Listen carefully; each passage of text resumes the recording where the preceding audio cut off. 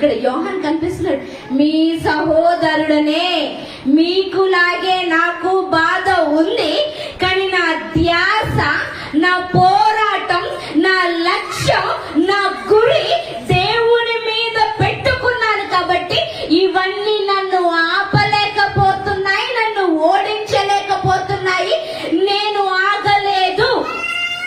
ఇంకో విషయం చెప్పనా, ఇంట్లో సమస్యలన్నీ పోవాలి, నువ్వు గెలుపు పొందాలి అంటే ఒక్కటే, ఈ విషయాన్ని మర్చిపోయి దేవుడి మీద లక్ష్యం పెట్టి ముందుకెళ్ళిపో, ఇవన్నీ ఆటోమేటిక్ గా సాల్వ్ అయిపోతాయి.